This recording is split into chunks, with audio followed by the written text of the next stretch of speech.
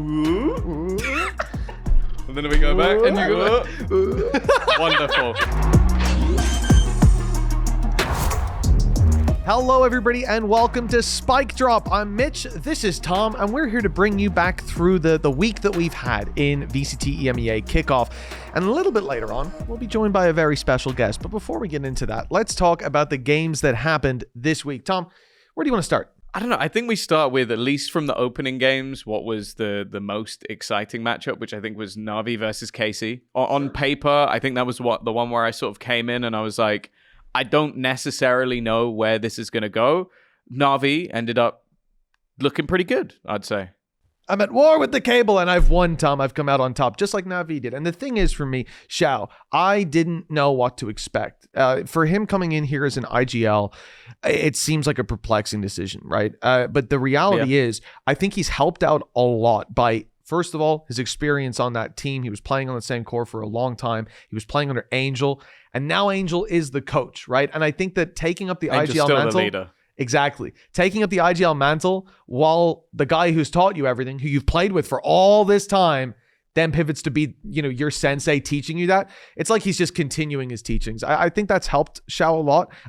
I was surprised, though, by how clean and rehearsed they looked in so many of the rounds. Yeah, I will say I do think they're helped massively by the fact that Ruxic and, more importantly, Hero, especially when you get into their second game versus Heretics, was just absolutely nuts all the way through. So both of them being on form. The only thing I will say, though, was KC was a little bit underwhelming. Like, I think with the pieces that they had on paper, like, you're looking at, like, Sugetsu, I always have high expectations. Levin especially had a pretty rough week. And I'm hoping that will change going into the next one, because on BBL last year, he was insane. But I think for Na'Vi, good signs. Other opening match, the one we casted, BBL versus Pacific, I was a little bit worried for BBL, I'll be honest with you, because I expected them to absolutely smash Pacific. And on map 3, they did. And on the beginning of map 1, they did. Mm-hmm. But the other two, or like 1.5 maps, it looked a bit shaky. It looked like they were making a lot of mistakes.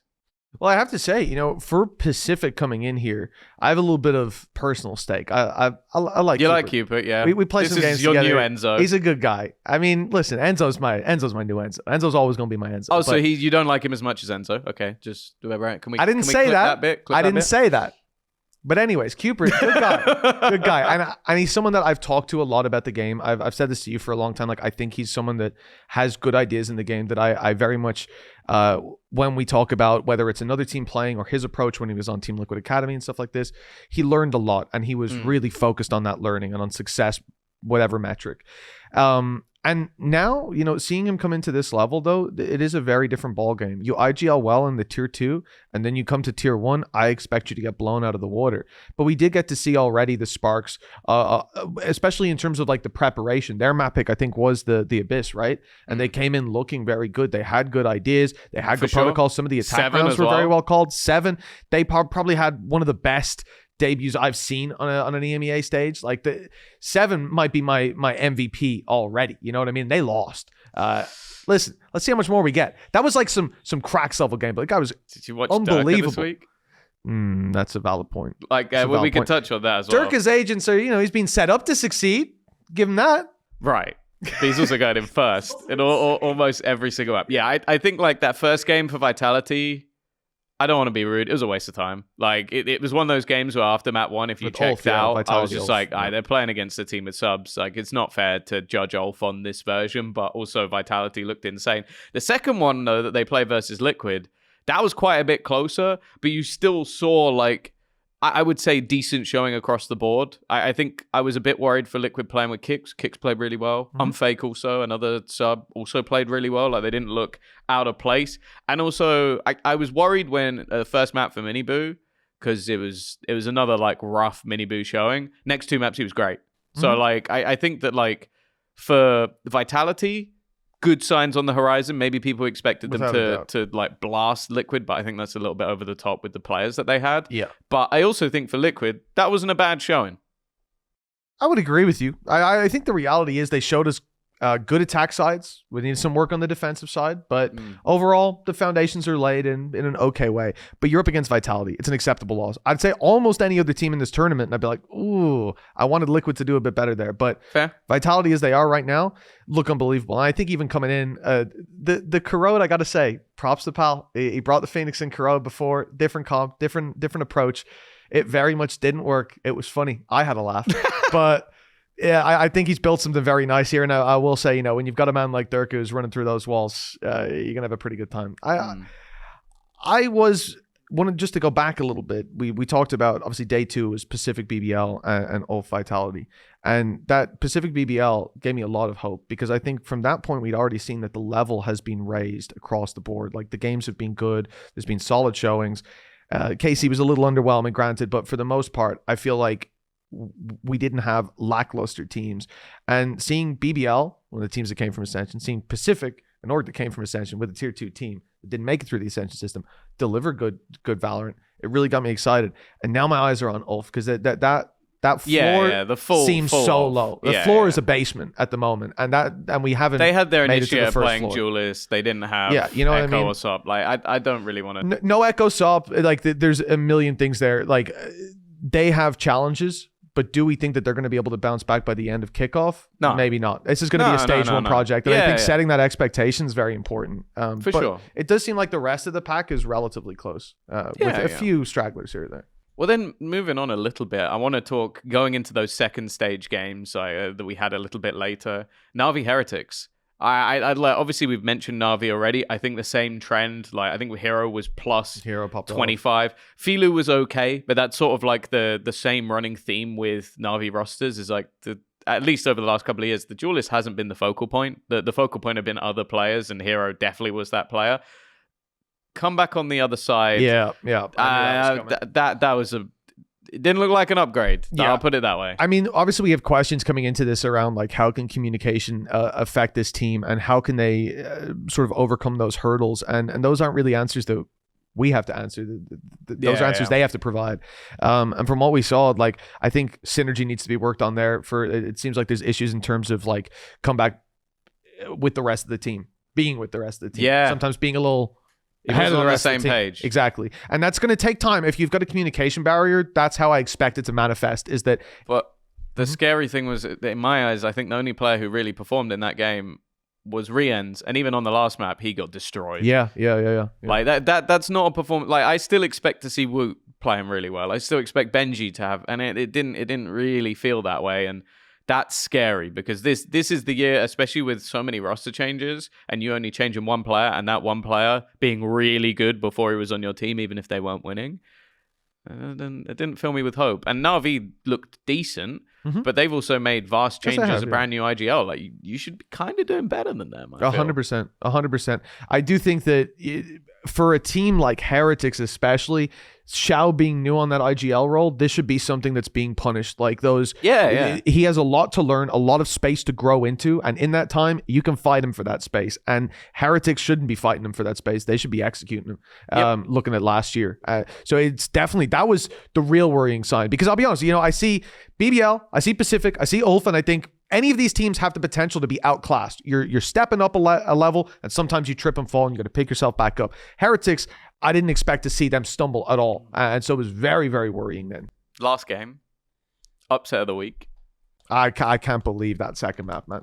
BBL I can't believe the second map versus Fnatic. But you say that. What about the first map where they were winning 7-0? And then, like, both maps are crazy. Like, I think that game is... Yeah. Even though it was a 2-0, easily the most surprising game.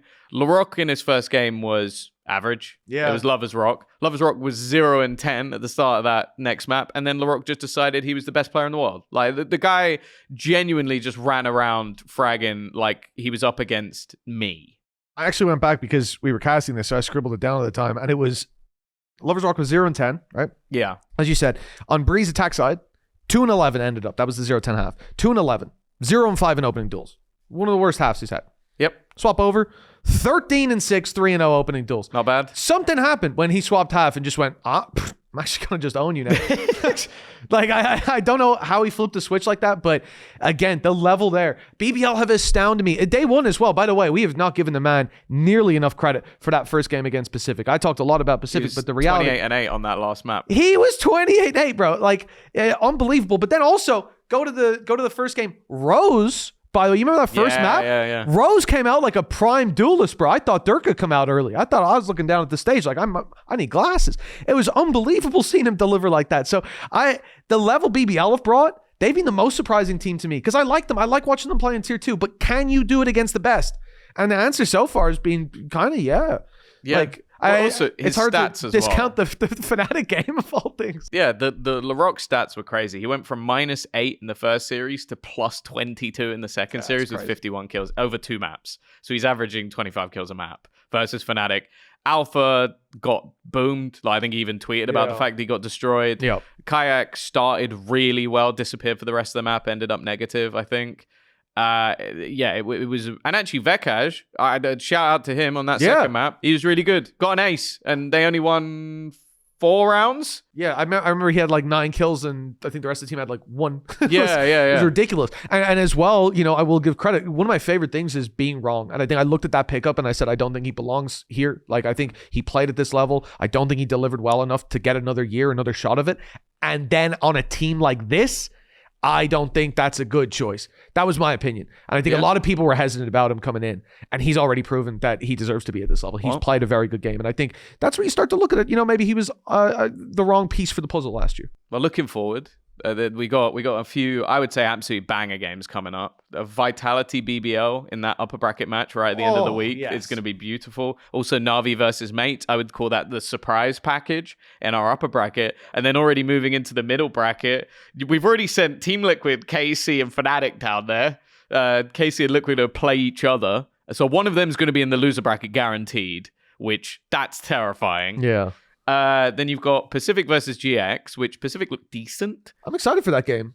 And then versus Team Heretics, which if Heretics even get close to losing a map, I think we're worried. I would love to look at that. If that was the reality, I'd love to look at it and say, well, you know what, Ulf, they've bounced back, they've taken the week, they've learned, they've delivered a new level. But I think looking at that result against Na'Vi, it will be very difficult. They got a few rounds. Yeah, it will be very difficult to look at that and go, oh yeah, this was Ulf, the underdog, winning it out, and not Heretics, the favorite, losing it. I think we're just about finished our weekly recap now, Tom. We've hit all the points, we've covered all the topics, so let's move on.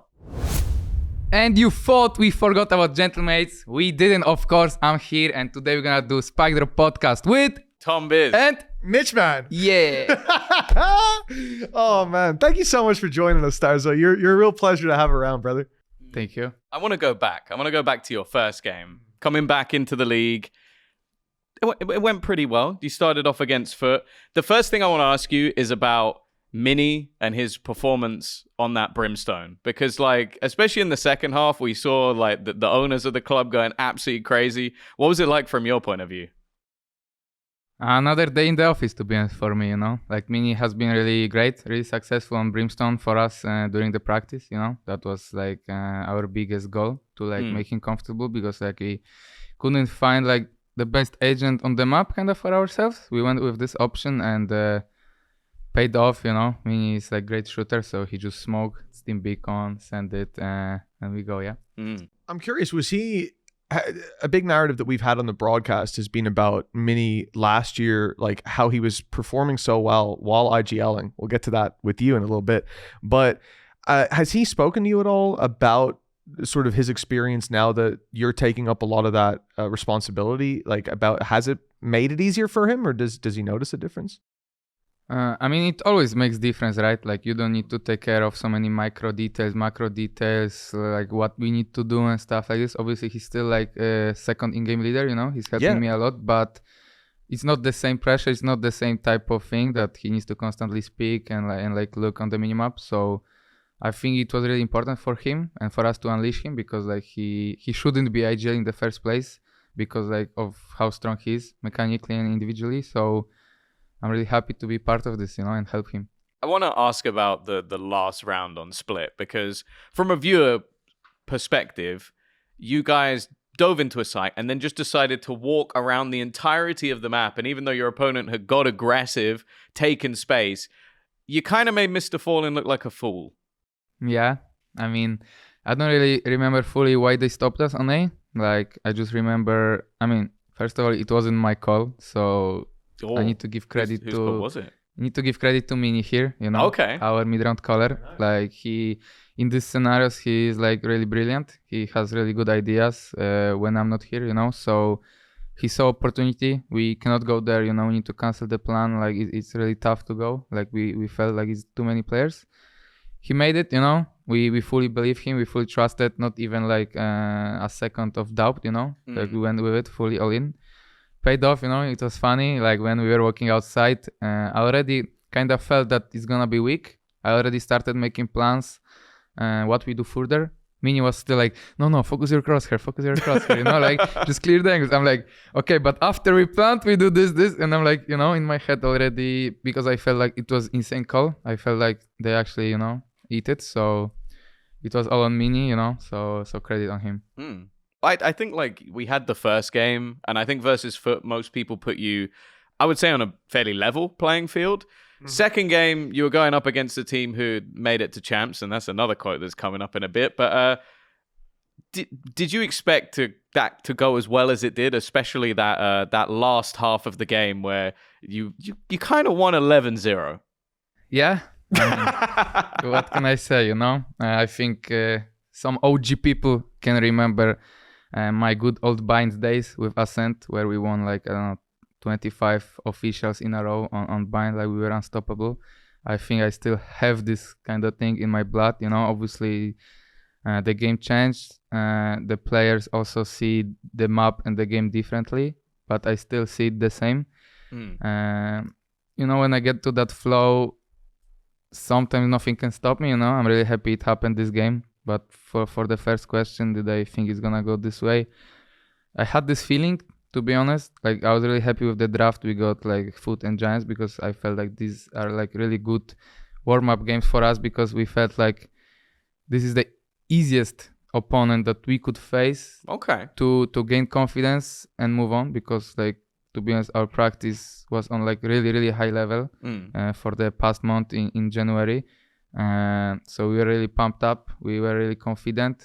And our playstyle was just basically matching really well into them, you know, both of them.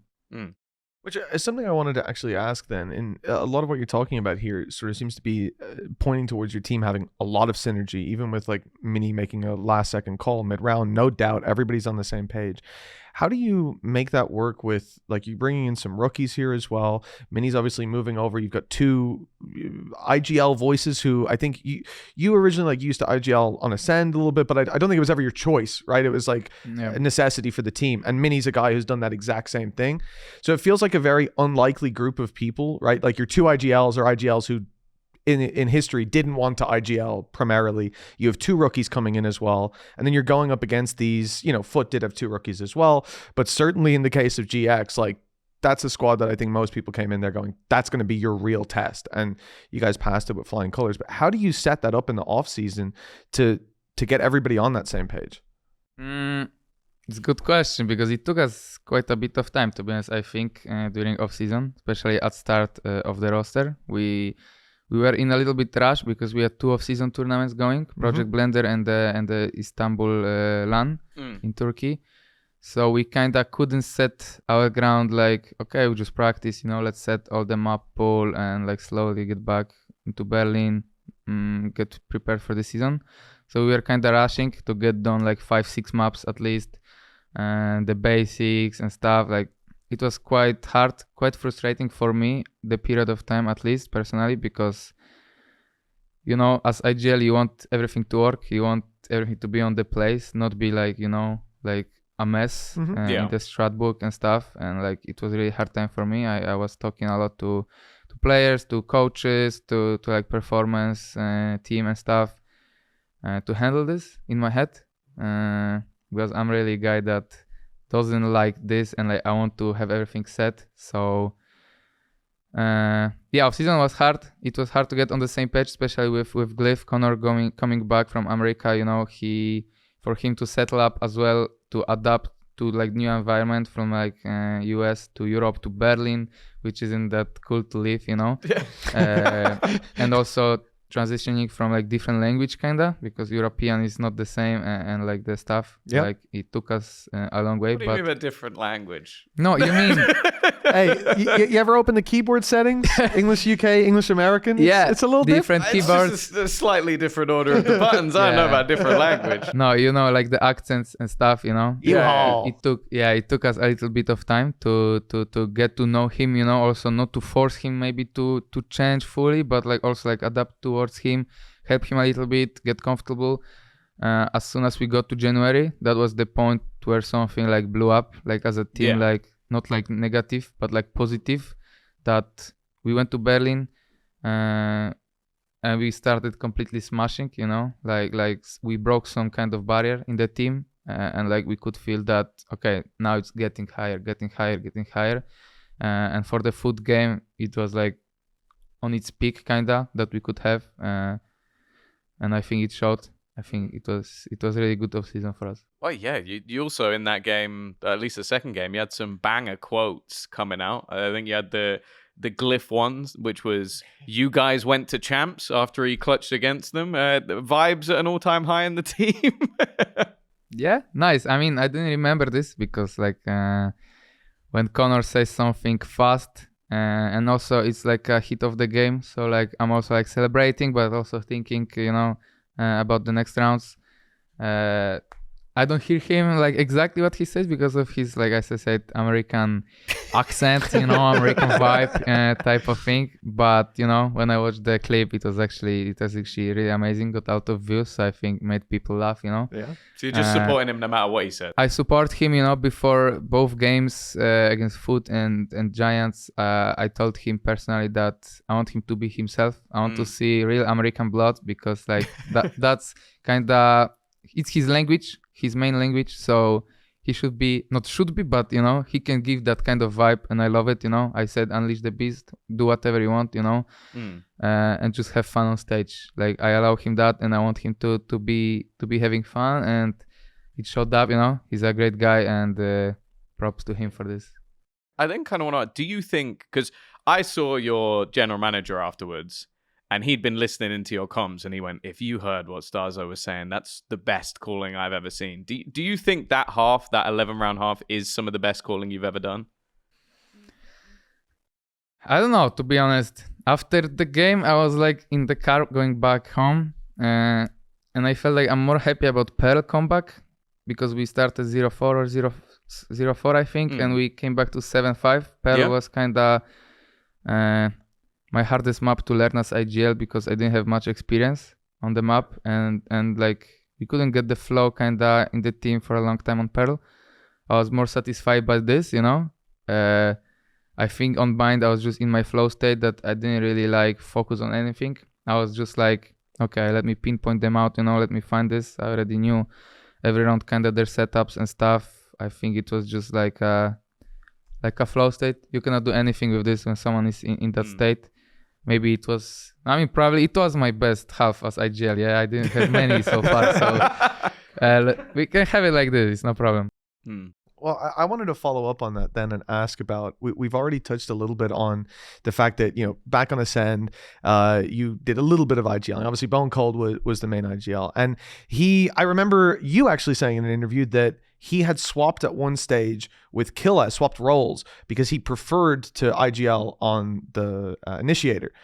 And I wanted to ask you then, how did you end up, or how did we end up landing on you as the IGL in this team? Because I know that it was also something that, unless I misunderstood what you said a long time ago, that IGLing, taking that leadership, being the player who fills whatever role the team needs, because you've played almost everything bar like a Yoru or something, prominently, or maybe you even gotten a Yoru under the belt at this point. Yeah, it was. Let's not go back. Not go back to these days. Yeah, let's say like this. You're not going to do a Yumpy then and start. No, I think Lothar would blame me if I think that my Yoru is good. Yeah. So. But I'm wondering, when deciding IGL for this team, was it something that you wanted to trial or to go for? Because I think you said before it had like a mental toll and everything, as I think most IGLs report. Was it because you're the initiator and maybe it makes more sense for that, or how do we get here? how we get here. I mean, first we need to go back to job life. Of course. Where we lost Unfake to Vitality. Obviously, he got like good offer. Like we had to let him go because it was his only opportunity. We had to support him. 100%. And what? I don't know. We just couldn't find like in job life like IGL. There was no good IGLs in tier 2. We spoke with Larson. You want to IGL? I was like, yeah, we have like a month to start the league or something, or like a less than month.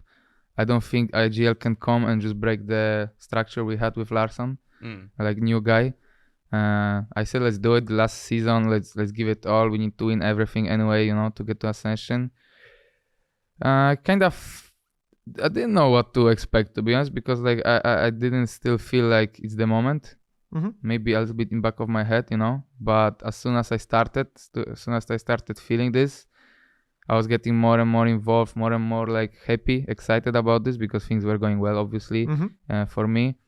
And I ended up like this, Ascension. I was also IGing with brand new team again. We had like 10 days to prepare.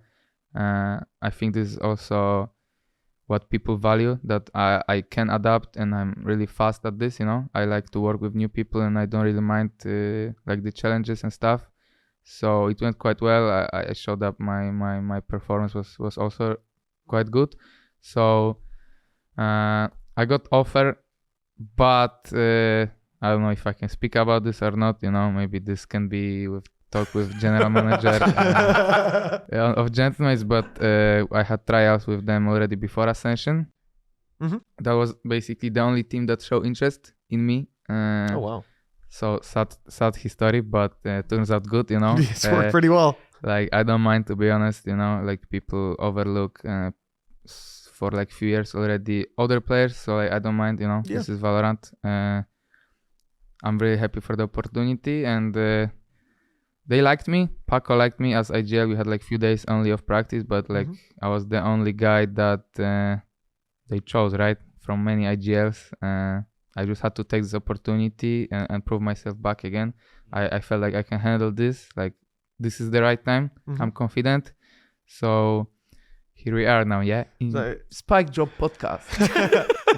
I've always what I'm hearing from that then again is like you really have the tagline for me. Like you're like Steve Rogers. You'll jump on the grenade for the team and whenever it's needed. Like I feel like throughout your career, the thing that's been most prevalent aside from success is the fact that you will do whatever you need to for your team. And I think it's a very admirable quality. Yeah, it was good. I was just going to ask, like, when coming into this roster, it's a completely different vein of thought. Did you care about their curse? The 12-round curse. It's something that owners... Nah, this is not real, I mean, it's a funny meme, but like... It seemed pretty real last year, I mean, yeah, because... but it's cannot transition to like brand new team, right? Like it's Did funny. Mini care about the curse? No, I don't think so, Maybe in the back of his head, for sure, like this is trauma, PTSD, like I have from other teams, in my past. So the thing's gonna be still in back of your head, but like... It's just your choice if you're gonna let it affect you, or not, like everything is in our hands. It kind of leads me on to, we did speak just before Ascension, and you spoke about like the idea of motivation and like how you felt like you had to almost earn your spot back in VCT. Do you think that has rubbed off on your teammates since coming here? Because you had to go through the grind, but that wasn't something that you saw as like oh, this is hard for me, blah, blah, blah. Like you wanted to do it. Do you think like now for the youngsters, that's a good mentality to have? I think it's good. It's always good to work hard. And I've been known in my whole life that I really work hard. In every game I try to play, like I always give my best. I even cut my friendships and relations just because I had to move on and get on another level because I felt like I'm not going to improve. So like, for young people, I think it's really important to know that like if they really want to improve, sometimes they need to follow their heart and like cut the things that make them worse, some toxic things, I don't know, whatever is in your life. And yeah, you need to fight through, sometimes it's gonna be hard, sometimes you're gonna maybe drop level down, maybe 2 levels down, like, but as long as you keep taking like lessons from this and keep learning, keep getting better. And if you feel it, then it's gonna come. You don't need to chase it like forever. It's gonna come if you deserve it, no matter what. Oh, yeah. And now we cry. Yeah, that was beautiful. I was going to then follow up though, but like for you, what is the goal? Because you've already won the biggest trophy ever. Like you did it first time. Fluke. You did it off. He doesn't believe that. I said that. But like, you already did it once. So what is driving you to continue to try and get back to winning ways, get back to internationals? I mean, being just competitive guy, like I love winning. I love like competing, like fighting, not in real life, but with other people, I want to be the best. I want to win. I want to be on top. I think that has been my mentality since forever, In any game I play, I hate losing. Like whenever, even if I play like some random game with a friend, like if I lose, I need to play one more time. I don't know. It's just something in my head, It's just. I know someone like that. Yeah. I think it's good tool to have, and I think it's really important. So actually, if you set up a goal that I want to win champs, you win champs, and you're like, okay, see you. I don't think it's like this. When I won champs, I was even more hungry, more motivated to go win one more. I didn't, but Yet.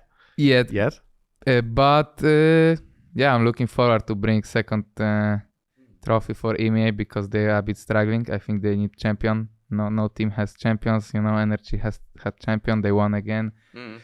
I mean, not again, but Pacific have what Pacific? They got CNED. BBL Pacific. I mean, yes, of course. I'm saying like last year, right? Like it was quite struggle for them. I think Fnatic, if they had me, I'm kidding. Who would you replace? More interestingly, no, it's an IGL now. I can replace anyone. To be honest, I can be on Jet as well. no, I'm kidding. Obviously, jokes aside. I think what I wanted to say is nothing. We can move on to the next question. I think. What was sort of the work you did to improve your individual level? Like, is there something that you think like, okay, if any pro does like go back to the tier 2 and wants to get back to a top level, they should be doing this? I think it's very individual as well. The topic, for certain people, it's gonna be, grinding rankeds, 24/7, maybe recording your votes as well, and rewatching them and getting lessons. For me, what was the most important, since I already kinda knew because of so many years I played, like I knew myself, I knew what I need to do to get back in shape. Yeah. Basically fix my head after traumatizing episodes from the past. I just had to just fully cut from the past, like make myself like reborn, like new person completely. I don't know, it worked, like I think everything is in your head in the end, no matter if you grind, no matter if you don't grind. I think if you go right mindset to the game on stage, like nothing can stop you, and like you are the biggest enemy of yourself. Okay. Well, speaking about the past, I know that you've had different eras, so to speak. You were a bit controversial with the fans for a while, although things changed. When you went to a different VCT team, they had a big fan base and a lot of questions around like, would that apply pressure? And I remember you said that actually no, the fans were there to support you all the way. Now you're joining another club that has a very big fan base, a very passionate fan base as well. And I wonder if you've experienced that same level of welcoming, of support from the fans. Does it add extra pressure though, having all those extra eyes on you? Before you had 2 really good wins coming into this. I mean, if I'm being honest, I didn't really put much focus onto this. Okay. Like I knew they have big fan base. Like obviously, like it's really great to be part of such an org. For me, what was most important is obviously to have like a family environment inside. What is outside is gonna be outside, and like obviously there's gonna be haters, there's gonna be lovers. Before these 2 matches, I mean, I got some. I mean, it's hard to not see things, like there has been some rumors that Gentleman's fans are not really happy that they got IGL without experience. Maybe, I think that might have changed now, at least. I mean, obviously. I hope so. But I mean, you cannot blame them for that, Like, I'm not blaming anyone. I'm not expecting people to love me, like saying that I'm the best IGL or whatever. It's just been 2 games. Like, also for me, I'm not putting myself like above anyone because like it would be like stupid, So people gonna be there if you win. People not gonna be there if you lose. That's what I learned after this 5 years in Valorant. Like, that's just life. That's how it is, yeah. Well, to finish, we have a few quickfire questions. So we've got 7 questions, just 1-word short answers. That's all you need to give us. And starting things off, what is the most important trait you think people need to become a pro? Trait is what? Like a personality, like like something like it could be anything. It could be like aim. It could be like hard work. You never give up, or I think they need to be fearless. Fearless. I think it's the most important. Kind of like that. We've got, what is the worst gun in the game? I mean, if you look at statistics, I think Ares is the least played probably gun. Worst gun though? Would you also say worst gun? I mean, it's the least played. I'm not using this. I think it can be the same level as Bandit, in my opinion. You're not gonna like that. Unpopular opinion. He loves that gun. We can edit that. We can cut it just before that. But let's move on. Moving on. Who would you say is the funniest pro player? Funniest by like personality? You mean? Yes. Yeah. I mean, I don't follow like the things. Just like, people you know. We need to cut this. Sorry. Any pro player. It could be your teammate. Okay, it could then be. I can take Martin. Okay. So we want you to combine 2 pros into 1 pro to make the perfect player, the perfect pro. Who would you merge? Who would you fusion dance? I would maybe do Leo. Oh yes, strong start. Who are you adding to Leo though? Yeah, what is Leo missing? Nuts. Okay, yeah, that's just GG. That's Fair game play. over. Yep. Fair enough. Okay, Yep. you're winning everything. I don't need to explain it. No, you don't need to explain. Who has the best hair in VCT? You. I knew that was coming. I knew immediately the second I wrote that question. I was like, yep, that's coming. Fair enough. Move swiftly on. Oh, it's wonderful. Okay, so this is the best player that you think you've played with of all of your rosters. Who was your number 1 guy? You're building a team tomorrow. You got to have him. I mean, maybe not like I'm building my team tomorrow, I don't know if I would cut my hand for this, but Trex was the best player in my opinion that I ever played, Wow. Okay. Player that I learned from the most, and like I admire him for that, like for the knowledge and the mechanics he had, but we're gonna end it here. I love Trex. We have a final question.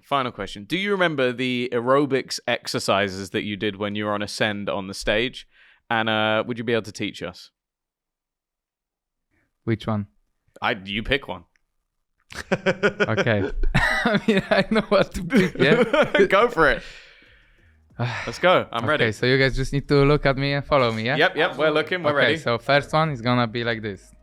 I'm gonna do wave and you guys will follow me. So I'm starting like this and you follow. No, I'm starting, guys. Come on, focus. I need a bit more space. Lock in, Tom. I need more space. Okay, ready? This is going to be horrible. Okay, so I'm starting. Here we go.